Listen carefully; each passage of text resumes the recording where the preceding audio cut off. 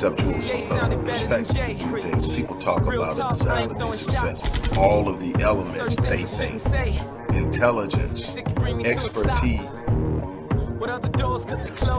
Hey, how much am I willing to give up and are not committed to the struggle? Acquiescing to the struggle, they're committed.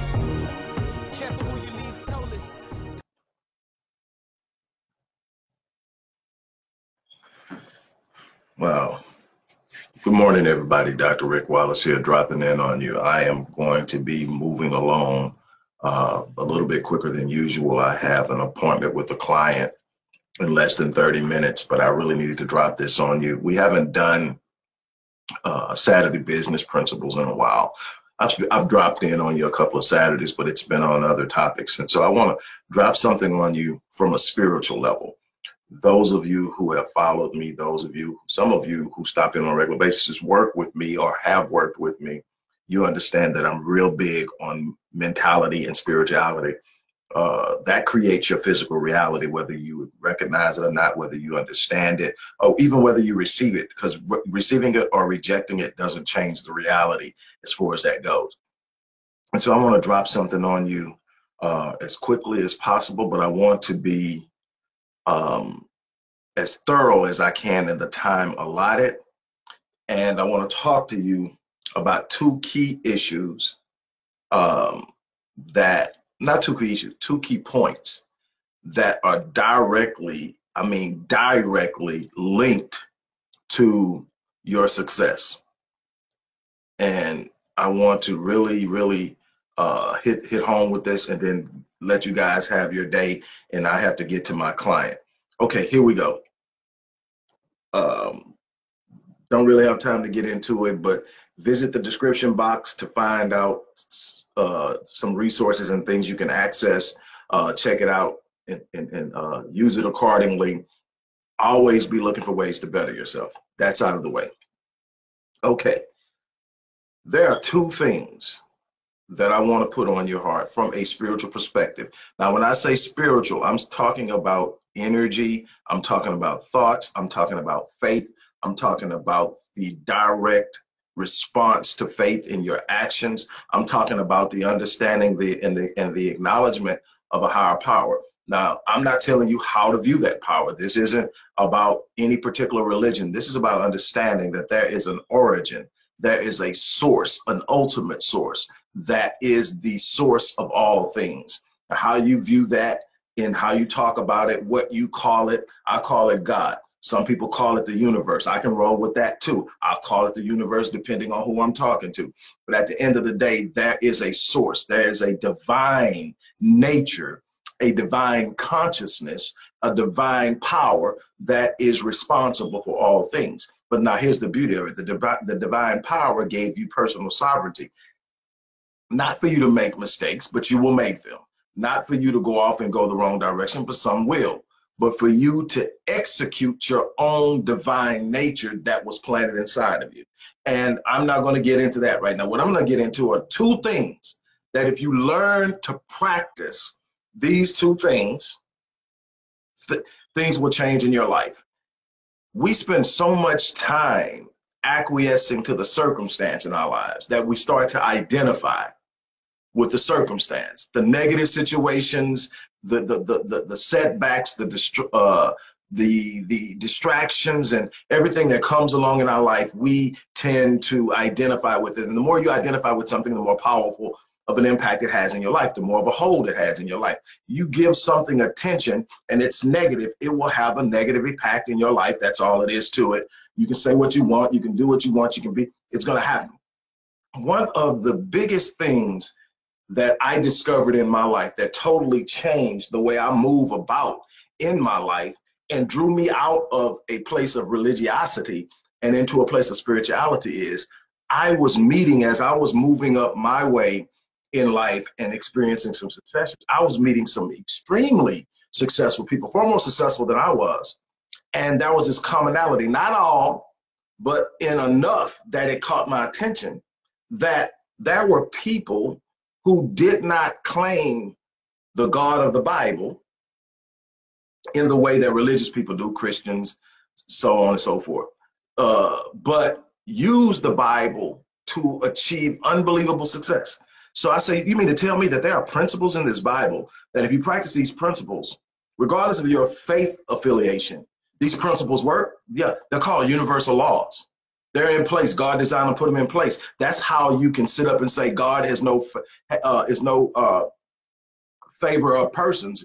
He doesn't pick and choose who follow. Practice it, and it works.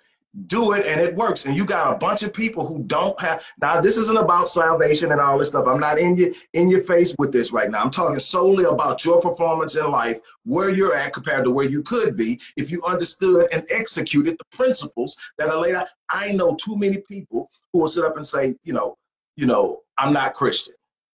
I'm not this, I'm not that. And achieving massive success and doing good things in life with it. Now, where they line up with God is for them and for all the people who want to argue religion to argue. I'm not here to argue. I'm talking about what impact are you leaving behind you while people are talking about how unsaved these people are, and these people are leaving legacies that are lasting generations, and the people who are claiming God are getting their butt kicked every day. Something's not right. So why I'm here is, okay, what do we do? I'm going to use two biblical scriptures that when practiced, it doesn't matter where you stand on the spiritual scale or religious scale or faith scale. When you practice it, it produces. And those of you who follow me when it comes to quantum physics, you're going to see some of the principles of quantum physics play out in there. Okay, one of the things that come to mind is that these people who are highly successful, they declare things, they speak things, they talk about things that they don't have as if they do have it. They speak of it with a high expectation. Those who have followed me know I have said over and over again that God will only meet you at the level of your expectations. God will never meet you beyond. What are your expectations? Your expectations are the expressions of your faith. What do you believe for yourself? What do you hold in belief of yourself? In the book of Job, Job says that you should declare a thing and it shall be established for you. And so the scripture that comes to mind, and we use it wrong, we say it, but we don't act on it. We don't really, you have not because you ask not. There are a bunch of people that are so restrained by their expectations that they don't even ask for or declare or command anything in their lives outside of what they're already getting or less. They have an expectation of failure. They have an expectation of lack. They have an expectation of poverty. They have an expectation of oppression. They have an expectation of failure. And that's all they look forward to. That's all they expect. And God meets you at the level of your expectations. You are literally in the driver's seat of what you can can experience and achieve in this life. But you are going to have to raise your standards. You're going to have to raise your expectations, because your expectations is driving your spirituality, is driving your energy level, is driving everything that's a part of how you manifest your realities. You are declaring things in your life, in your self-talk. You're declaring things in your life, in your thought processes. Some of you are thinking your way into destruction, and you have not, because what are you asking for? With an expectation. I'm not talking about a wish list. See, there are a bunch of people. I've seen some guys who have some prominence and exposure in ministry really teach this thing wrong. I'm obviously not going to call them out, but they talk about dreams and responsibilities and all this, and they don't get it. See, there's a difference between the vision and dream and the fantasy. The dream is not a fantasy, it's the visual expression of the purpose, what you were designed to do. It's the visual expression of what you have. And the more visual it is, the more imprinted it is on your mind, the more powerful it is and easier it is to produce. So there's a difference between the vision and the dream. See, you were put here with the purpose of carrying out the vision and the dream.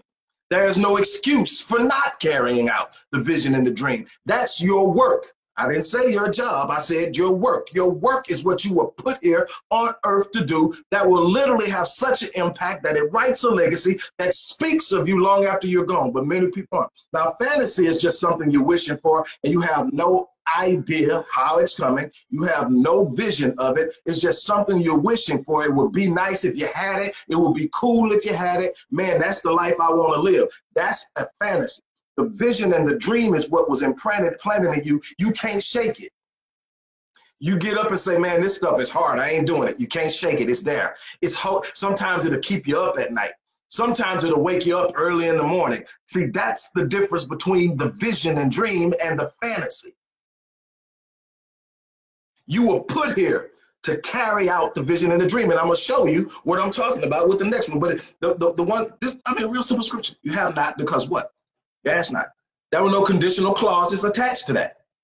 You have not because you ask not. Now see, asking can be expanded because we have been given the ability through divine nature and spiritual prominence to be able to declare something. That's what Job said. You declare it and it shall be. In your self-talk, when you speak it, you are declaring it. And a lot of you are declaring things that you don't want to experience.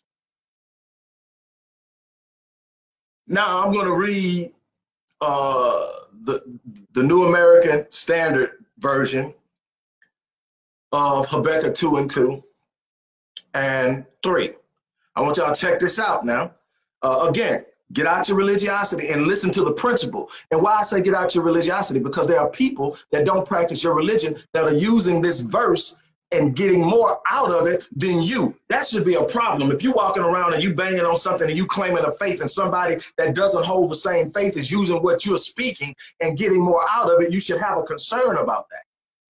That's because you're riding on something from an emotional level and you haven't put it in a practical application in your life and you don't understand why it ain't working because you thinking magic don't happen. It's not magic. It's a practice of execution of faith. Execution of faith calls for action. But hold on, let me tell you. It says, and the Lord answered me and said, record the vision, write down the vision, inscribe it on tablets. Another version says, make it plain. In other words, the more plainer the vision, the more powerful the execution. Write it down, make it plain. Why? So that those who read it will run with it, toward it.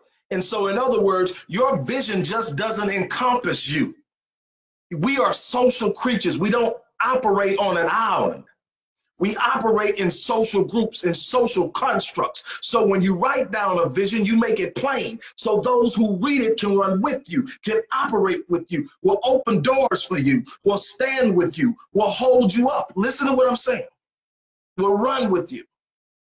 It doesn't stop there though. See, this is where a lot of people lose sight.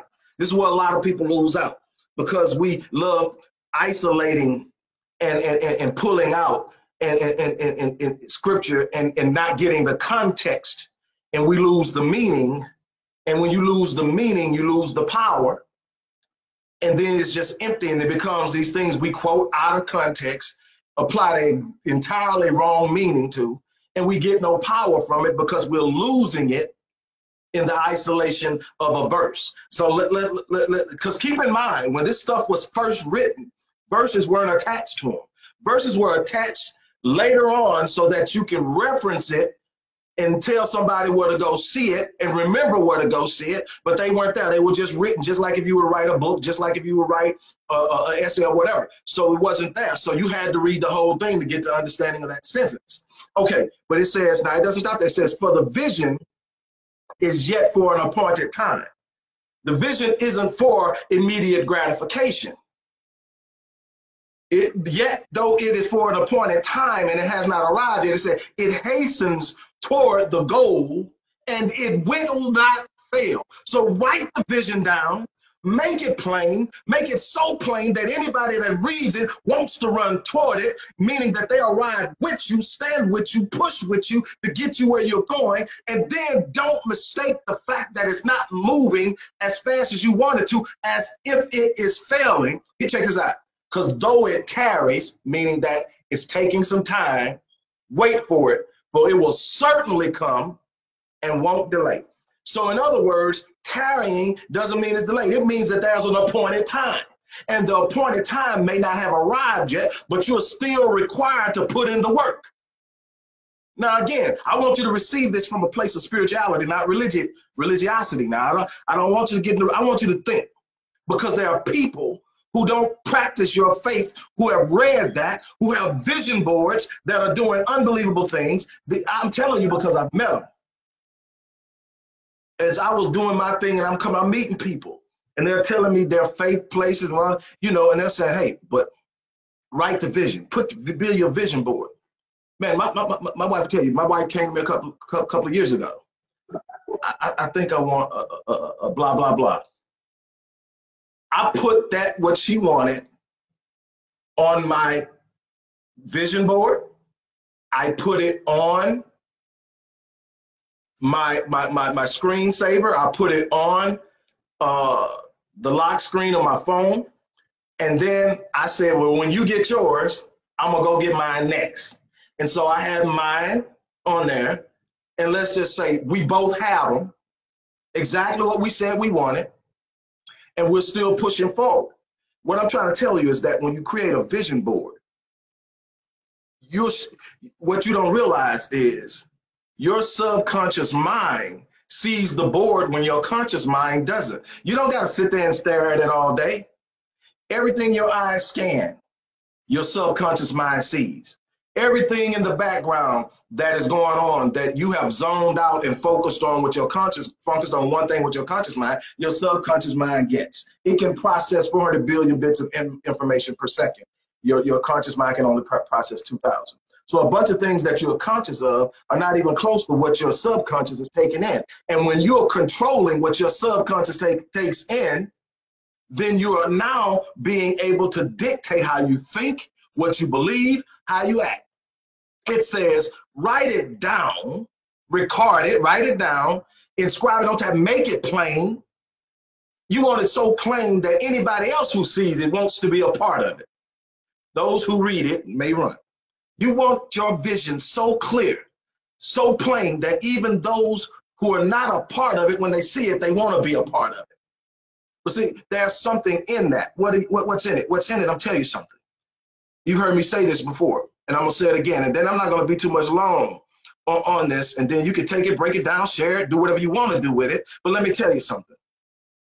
That people have caught me in some of the bad times, the times when I was on my back, when I fell off my mountain and I landed flat on my back, and a bunch of people got real distant with me, and it was just me, and some people will come around who were the few that I shared what I was going through with, and they were like, man, you motivate me, you inspire me.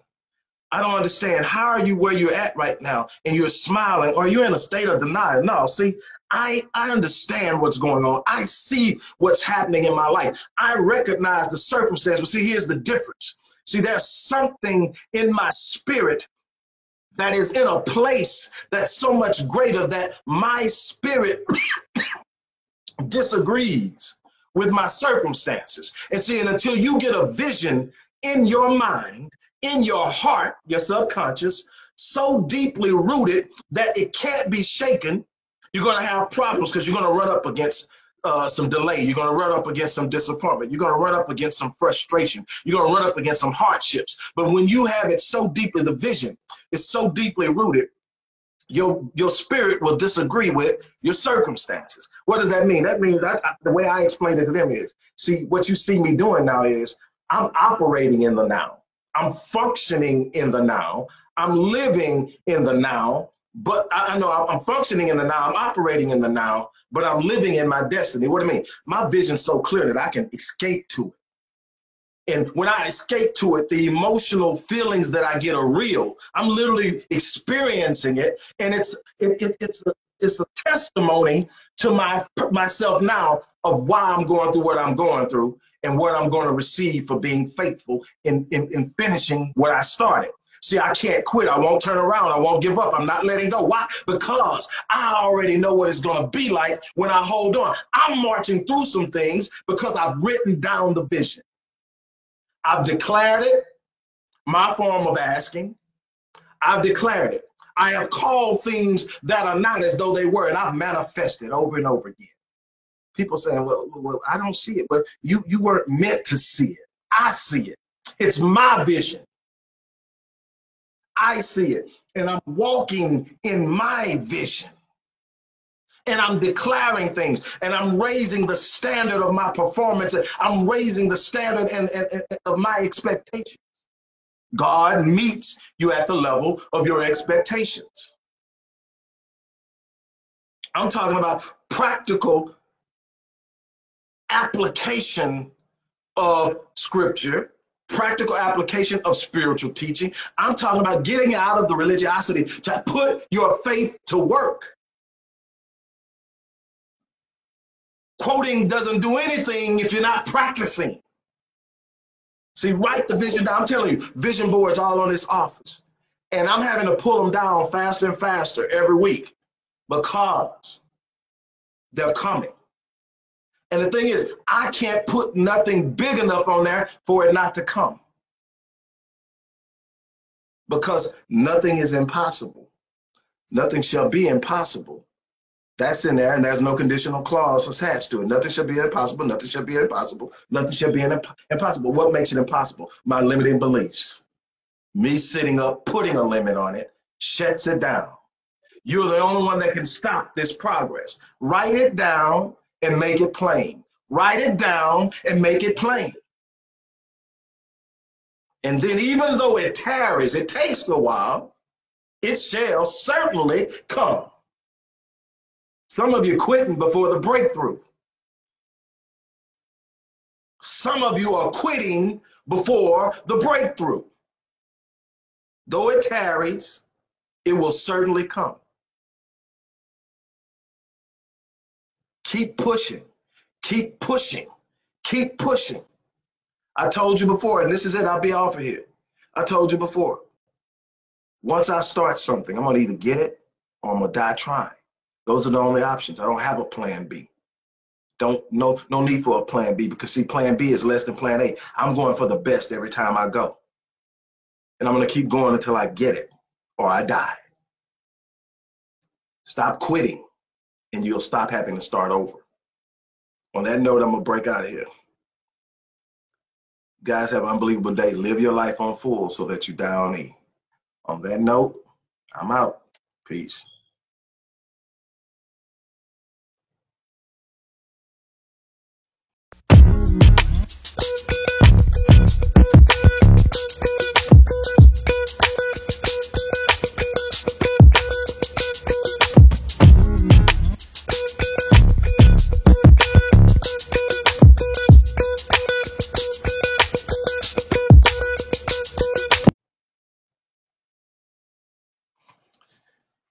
Hello, everybody. Dr. Rick Wallace here. I hope that you guys are off to a great start as far as your week is concerned. I hope that you are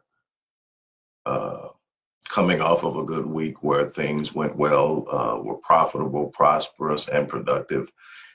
Even if it wasn't, make a recommitment this week, make the necessary adjustments, and get back in the game. This is a marathon. This is a game of perseverance and resilience. It is about making the necessary adjustments. It's about remaining committed and finishing what you're starting. Not everything is going to go your way. That's something that you're going to have an understanding of and be okay with, because things simply happen. Nobody's perfect. No situation is perfect. There's always going to be something that you're working against. That is a part of the process. You have to prepare yourself to be in process. You have to give yourself permission to be in process. The moment that there's nothing wrong with the pursuit of perfection. But what you have to understand is the pursuit of perfection is the pursuit of completion. And in the pursuit of completion, you are going to be always moving towards it. When you're complete and finished, you're done. That means you finished your work. That's the end of the game. That's when you shut it down and you call it a wrap at the end of life. When you look up and you are able to read the pages of your legacy that you've built, that you're leaving the world, that's when you reach perfection, is when it's done. It's not about everything being absolutely in alignment. Perfection is completion. It means that what you started to do has been absolutely done till its fullest. There's nothing left to do. And so you're pursuing perfection, but perfection is a far way off. What you're doing is you're going through the process of achieving perfection. And in the midst of that, you're going to have disruptions. You've got to be okay with that. That's just simply the way it is. I'm going to be brief again this week, but I just want to hit something home. There are a number of different things that are at the top of the list, say the top 10 reasons why people fail at business. And what I'm going to talk to you about today is definitely in the top 5. And it's an unwillingness or an inability to invest in oneself. And when I say that, I mean in every way possible. Investing time, investing energy, investing effort, investing capital, currency, and resources into yourself.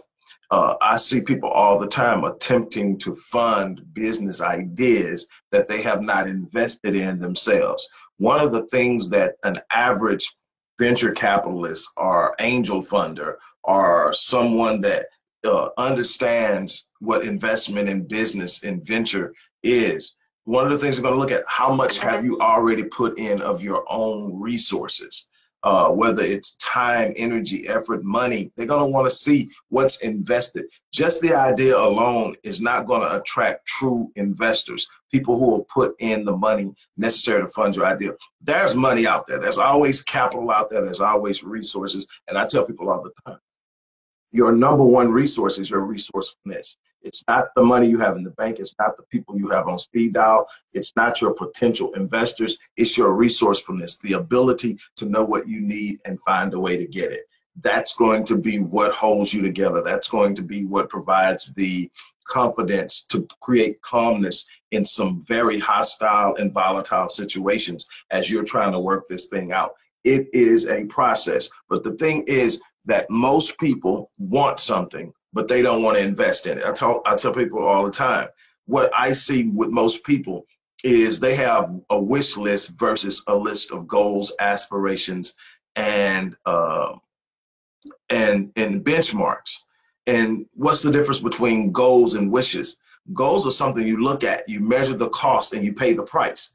Goals are something you sit up and you say, okay, I'm going to have to put this in. I'm going to have to invest this. I'm going to have to take this much time. I have to do this. Then you pay the price and you reap the reward. A wish list is those things.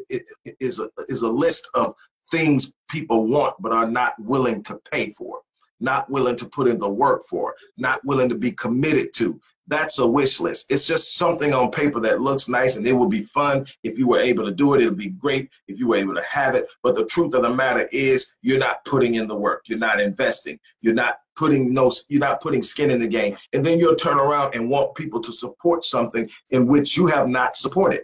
Sitting up and saying you want to do it, sitting up saying that you're good enough to do it is not enough. You have to be able to put in the work. You have to be willing to put in the work. You got to be willing to take some of your own paper and invest it in yourself, invest it in courses, invest it in material, invest it in inventory, invest it in whatever it needs to grow you. You're going to have to invest in yourself at some point in time. You're going to have to become better than you are, because you have people out there that are competing for the same market. And you have to have an understanding of how you're going to establish and distinguish yourself in the market. You can't go into a market and think just because you're offering something that people will automatically gravitate to it. So you got to know how to brand. You're going to have to invest in your branding, in your marketing campaign. You're going to have an ad spend. I don't care what it is you're doing. Organic business is great. It's a good supplement, but primarily you got to have a tried and proven method of driving business to you. And then you got to have a tried and proven method of retaining the business, because that's business longevity, not conversion, but retention. And you have to understand that conversion is turning someone that's not a customer into a customer. Businesses live off of retention, taking customers you have converted and retaining them through developing relationships with them that create what we call trust. And that's where you get your customer loyalty from. It's in the process of knowing how to do all of these things, but that doesn't come free. That has a cost to it. And what I see and what really bothers me is how many people want something that they're not willing to invest in. And then they expect someone else to invest in them. You are going to have to be your first investor. You're going to have to find, I don't care if you don't have a dime in your pocket, you've got to find a way to put some skin in the game. You got to find a way to be invested. You got to show somebody the effort you've put into being what you say you're going to be if they back you. That may be 10,000 hours of research and analytical processing that says, I've literally put 10,000 hours into understanding this. I know the market inside and out. Here's my plan. This is how it will work. This is how it compares to this. I've done this work. I've put it in. And then if you've got money, you can't hold money and expect to get money. You're going to have to put some money out there, invest in some things that will bring back a reward. You've got to understand that principle. You are going to have to be willing to put money in the game, put energy in the game, put effort in the game to a point where you literally develop momentum spiritually. I know we're talking business, but you've got to develop a momentum spiritually that the universe is hearing you, that the universe is responding to you, that the universe is answering your demands. And life and the universe and whatever else you want to say will pay whatever price you demand, but it's going to have a counter demand. If you say you want this business, the universe is going to demand that you sacrifice some time. If you say you want this business, the universe is going to demand that you take some money that you might want to spend on a vacation or something else and invest it in this business idea. The universe is going to demand that you prove that you're consistently, entirely committed to having it. And then the universe is going to say, now I'll meet you halfway. I will conspire with you to produce this thing you want. It has to be done in that way. I cannot stress this enough. With that being said, I'm going to check out of here. Got so much more to do, but I had to stop by this morning and give you this. Take it at face value, take it for what it is. But I'm telling you, if you don't invest in you, you can't expect anybody else to. And there is just this dynamic that is created when you put blood, sweat, tears, and money into something you believe in. You really truly own it, and it becomes a part of who you are, and it becomes a dynamic force that moves you forward. You know, it's just a wish until you put some skin in the game. With that being said, I'm going to get out of here. You guys have an unbelievable day. As I always say, live your life on full so that you die on E. Have a great day.